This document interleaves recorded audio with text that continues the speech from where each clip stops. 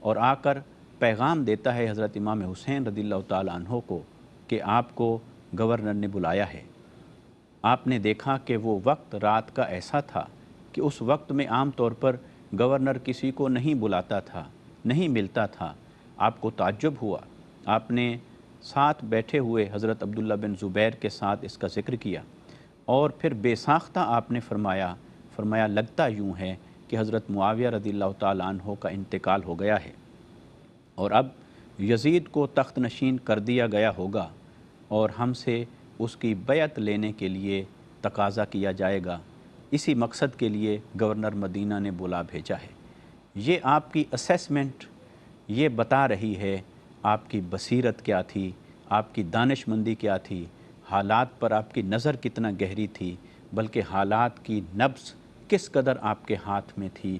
آپ دیکھ رہے تھے حالات کو، پیش آنے والے واقعات کو، اس لیے آپ نے اسی کی بنیاد پر یہ اسیسمنٹ دی۔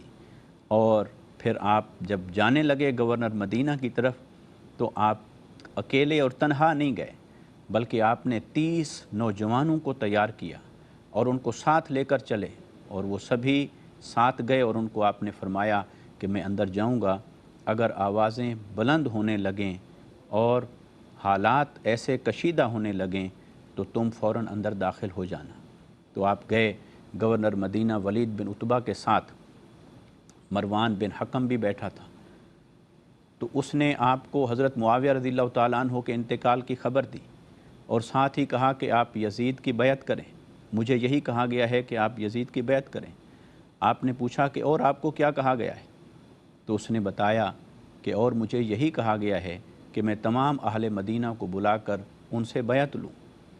تو حضرت امام حسین رضی اللہ تعالیٰ عنہ نے فرمایا کہ میرے جیسا شخص چھپ کے یزید کی بیعت کرے، یہ نہ میری شان کو زیب دیتا ہے، اور نہ ہی آپ جس مقصد کے لیے بیعت لینا چاہتے ہیں نہ اس کو پورا کرتا ہے۔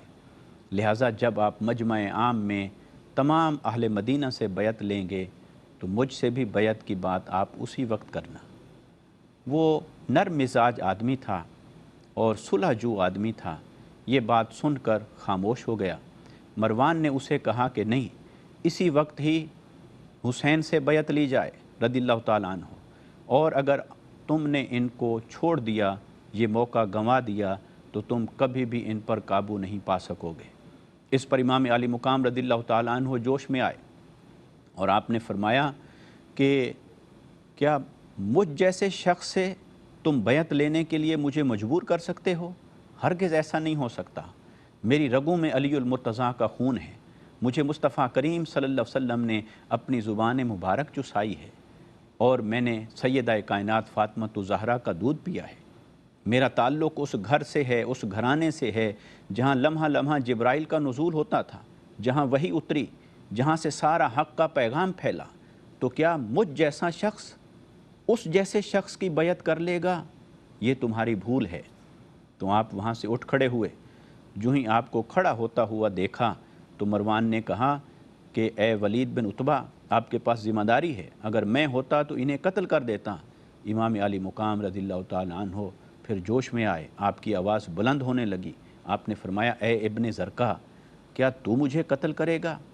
کیا تیرے اندر اتنی جرأت اور ہمت ہے کہ میرے سامنے کھڑا ہو سکے؟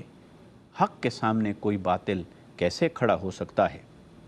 آپ نے یہ کلمات کہے اور اتنے میں آواز بلند ہو چکی تھی، اور باہر جو جوان کھڑے تھے وہ بھی امام علی مقام رضی اللہ تعالیٰ عنہ کی آواز کو سن رہے تھے۔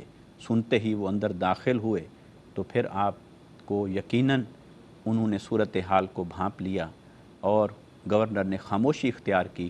امام حسین رضی اللہ تعالیٰ عنہ وہاں سے نکلے، اور وہاں سے نکلے تو آپ نے پورے خاندان کے افراد کو جمع کیا۔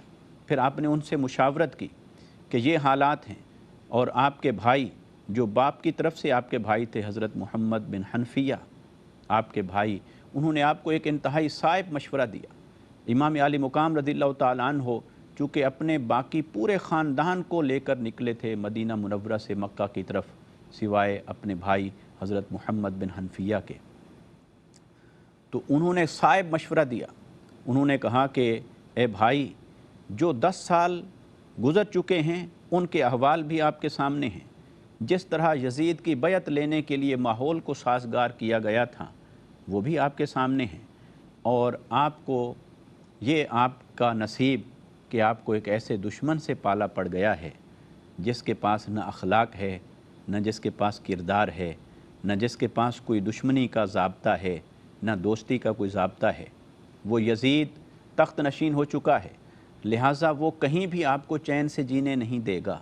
آپ کے لیے بہتر یہ ہوگا کہ آپ یہاں سے منتقل ہوں اور کسی ایسے شہر کا انتخاب فرمائیں جس شہر کے اندر مسلمانوں کی اکثریت آپ سے محبت کرنے والی ہو، اور ایسے شہر کا انتخاب فرمائیں جو یزید کے تسلط میں نہ ہو، اور ممکن ہے کہ وہاں بھی آپ کا جینا محال کیا جائے، وہاں بھی آپ کے لیے مشکلات کھڑی کی جائیں، تو آپ کو اپنا وطن اور شہر بدلتے رہنا ہوگا تاکہ آپ کو ایک ایسی جگہ میسر آ جائے جہاں سے آپ امر بالمعروف اور نہی عن المنکر کا فریضہ سر انجام دے سکیں۔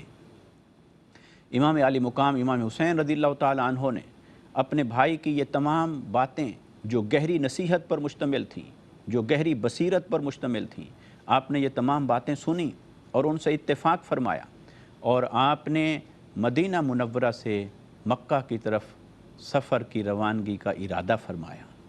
سفر زندگی کا یہ بڑا عجیب مرحلہ تھا، مدینہ کو چھوڑ کر جانا۔ امام حسین رضی اللہ تعالیٰ عنہ جنت البقیع میں حاضر ہوتے ہیں، سیدہ کائنات رضی اللہ تعالیٰ عنہ اپنی والدہ محترمہ کے دربار میں حاضر ہو کر اپنے احوال کو پیش کرتے ہیں، پھر امام حسن مجتبیٰ کے روضہ انور پر حاضر ہو کر اپنے احوال کو پیش کرتے ہیں، پھر مصطفیٰ کریم صلی اللہ علیہ وسلم کے روضہ انور پر حاضر ہوتے ہیں، عرض کرتے ہیں اے نانا جان، آپ کی امت نے اب مجھے بے یار و مددگار چھوڑ دیا ہے، مجھے امر بالمعروف اور نہی عن المنکر کے لیے حق کو قائم رکھنے کے لیے اور حق پر قائم رہنے کے لیے کسی شہر کا انتخاب کرنا ہوگا، لہٰذا مجھے اجازت دیجیے، میں آپ کی تعلیمات پر کوئی آنچ نہیں آنے دوں گا، چاہے اس کے لیے میری جان ہی کیوں نہ چلی جائے۔ آپ وہاں سے رخصت ہوئے۔ مشورہ دینے والوں نے یہ بھی کہا کہ حضرت عبداللہ بن زبیر کی طرح آپ بھی کسی خفیہ راستے سے مکہ چلے جائیں۔ آپ نے فرمایا نہیں، حسین خفیہ راستے سے مکہ نہیں جائے گا، معروف راستے سے جائے گا مدینہ سے مکہ کی طرف، کسی کو جرأت ہے تو حسین کے راستے کی طرف آئے، لہٰذا آپ معروف راستے سے گزر کر مکہ پہنچے، اور جب آپ مدینہ سے روانہ ہوئے آپ کی زبان مبارک پر قرآن مجید کی یہ آیت مبارکہ تھی جو حضرت موسیٰ علیہ السلام نے پڑھی تھی کہ فَيَخْرُجُ مِنْهَا خَائِفًا يَتَرَقَّبُ، کہ وہ اس بستی سے نکلے تھے، تھوڑا خوف کے اثرات بھی تھے اور دل مضطرب بھی تھا، مگر نکلے اس امید پہ تھے، قَالَ رَبِّ نَجِّنِي مِنَ الْقَوْمِ الظَّالِمِينَ، اے میرے رب مجھے ظالم قوم سے نجات عطا فرما۔ اس آیت کو پڑھ کر آپ مدینہ سے روانہ ہوئے، بوجھل دل کے ساتھ، نم آنکھوں کے ساتھ حسین نے مدینہ چھوڑا۔ سفر زندگی جاری ہے، کل یہیں سے اس بات کو دوبارہ شروع کریں گے کہ مکہ پہنچ کر کیا واقعات پیش آئے۔ اپنے میزبان ارشاد حسین سعیدی کو اجازت دیجیے۔ اللہ حافظ۔ السلام علیکم ورحمۃ اللہ وبرکاتہ۔